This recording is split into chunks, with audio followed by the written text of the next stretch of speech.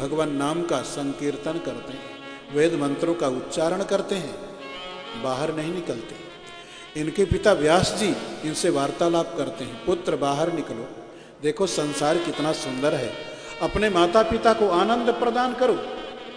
लेकिन सुखदेव जी भीतर से जवाब देते हैं, पिताजी मुझे यहीं पर आनंद है, माँ के गर्भ में ही मुझे आनंद है, यहां पर रह करके मुझे भगवान की याद आ रही है।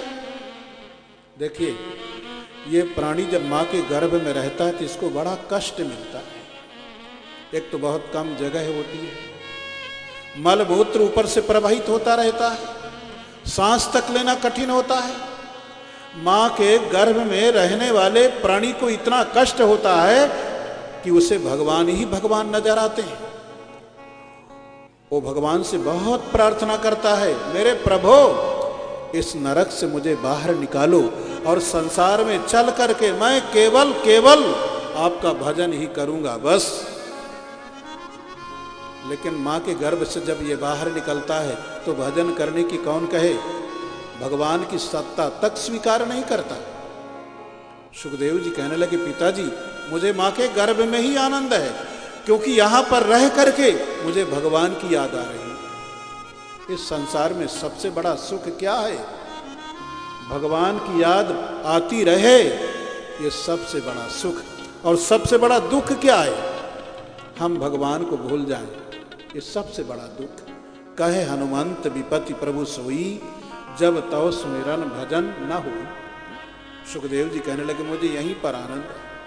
अगर मैं माँ के गर्भ से बाहर निकला तो भगवान की माया बड़ी प्रबल है, मेरे ऊपर आक्रमण कर देगी, मैं भगवान को भूल जाऊंगा।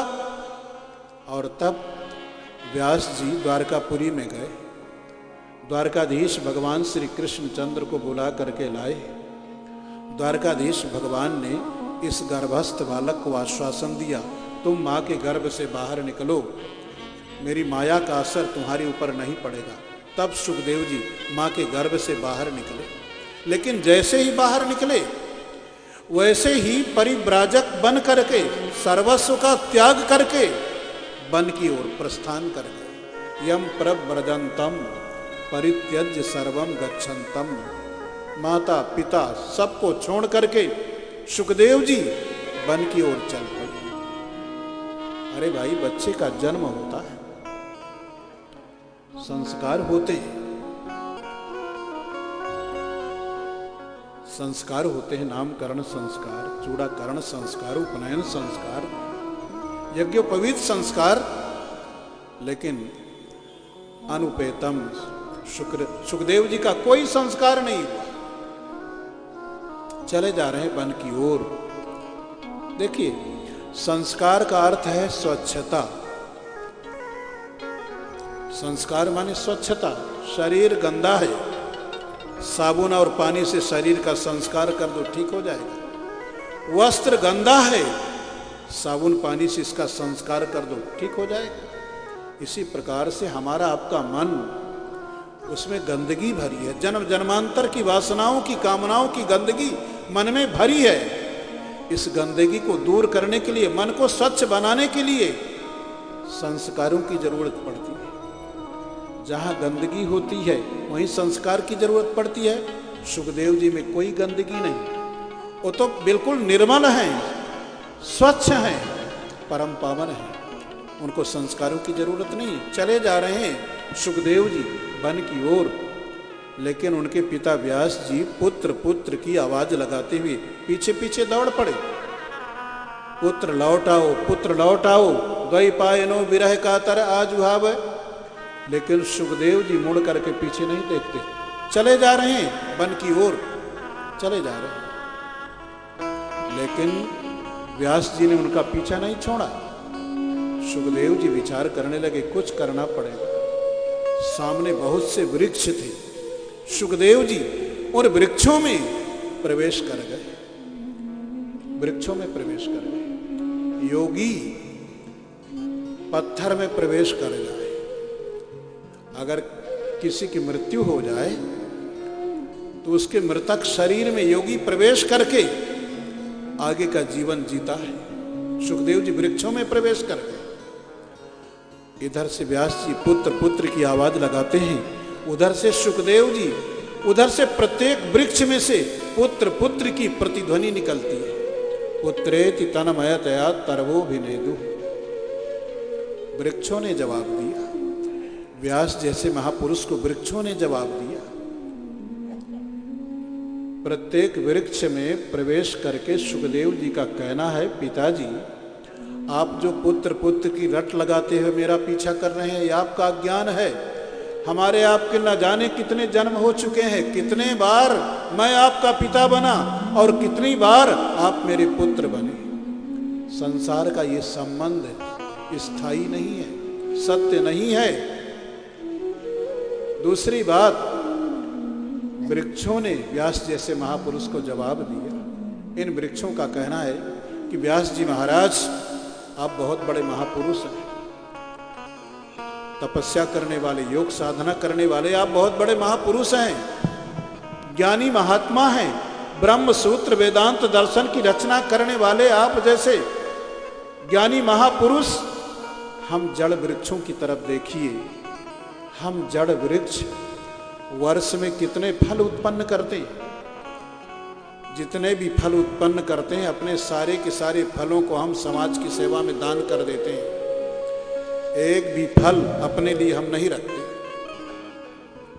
और आप इतने बड़े महापुरुष हो करके अपने जीवन में आपने एक पुत्र रूपी फल उत्पन्न किया और उसमें इतना आसक्त हो रहे हैं, उसके पीछे लगे हैं। इस एक पुत्र रूपी फल को क्या आप भगवान की सेवा में समर्पित नहीं कर सकते? पुत्रेति तन्मयतया तरवोभिनेदु। वृक्षों ने ऐसा व्यास जी जैसे महापुरुष को जवाब दिया। तम सर्वभूत हृदयम मुनि मानतोस। ऐसे संपूर्ण प्राणियों की अंतरात्मा महाज्ञानी महायोगी भगवान सुखदेव के चरणों में प्रणाम करते हैं, जिन्होंने हम सांसारिक जीवों के सामने श्रीमद्भागवत का दिव्य प्रकाश प्रकाशित करके रखा। सूत जी शौनकादि ऋषियों से कहने लगे, आपने बहुत सुंदर प्रश्न किया। आपका प्रश्न संपूर्ण संसार का कल्याण करने वाला है। देखिए, दो भक्त, दो संत आपस में एकत्र होते हैं, वो संवाद करते हैं। अच्छे व्यक्ति संवाद करते हैं। दो भक्तों के संवाद में से भगवान की कथा प्रकट होती है। और दो सांसारिक व्यक्ति अगर एकत्र होंगे तो वो संवाद नहीं करेंगे, वो विवाद करेंगे। उनके विवाद के द्वारा कलह की उत्पत्ति होगी, अशांति की उत्पत्ति होगी, लड़ाई झगड़ा होगा। लेकिन दो संत, दो भक्त आपस में मिलते हैं, संवाद करके भगवान की कथा को प्रकट करते हैं, जिसके द्वारा संसार का कल्याण होता है। सूत जी कहने लगे, शौनकादि ऋषियों, इस संसार में मनुष्य का सबसे बड़ा धर्म यह है, जिस किसी प्रकार से मनुष्य के हृदय में भगवान की भक्ति प्रकट हो जाए। सवै पुंसाम परो धर्मो यतो भक्ति रधोक्षजे। देखिए, एक होता है धर्म और दूसरा होता है परम धर्म। पूजा करना, तीर्थ यात्रा करना, मंदिर में भगवान का दर्शन करना, दान देना, यज्ञ करना, अतिथि सेवा करना, माता पिता की सेवा करना, संत महापुरुषों की सेवा करना, ये सब धर्म है। इस धर्म का फल है परम धर्म। परम धर्म है भगवान की भक्ति। ये जितने धर्म हैं, जितने सत्कर्म हैं, इनका फल है हमारे हृदय में भगवान की भक्ति जागृत हो जाए। समझना, हमारा जीवन सार्थक हो गया, धर्म सत्कर्म सब सफल हो गया। भक्ति की जागृति हमारे हृदय में। भक्ति कैसी हो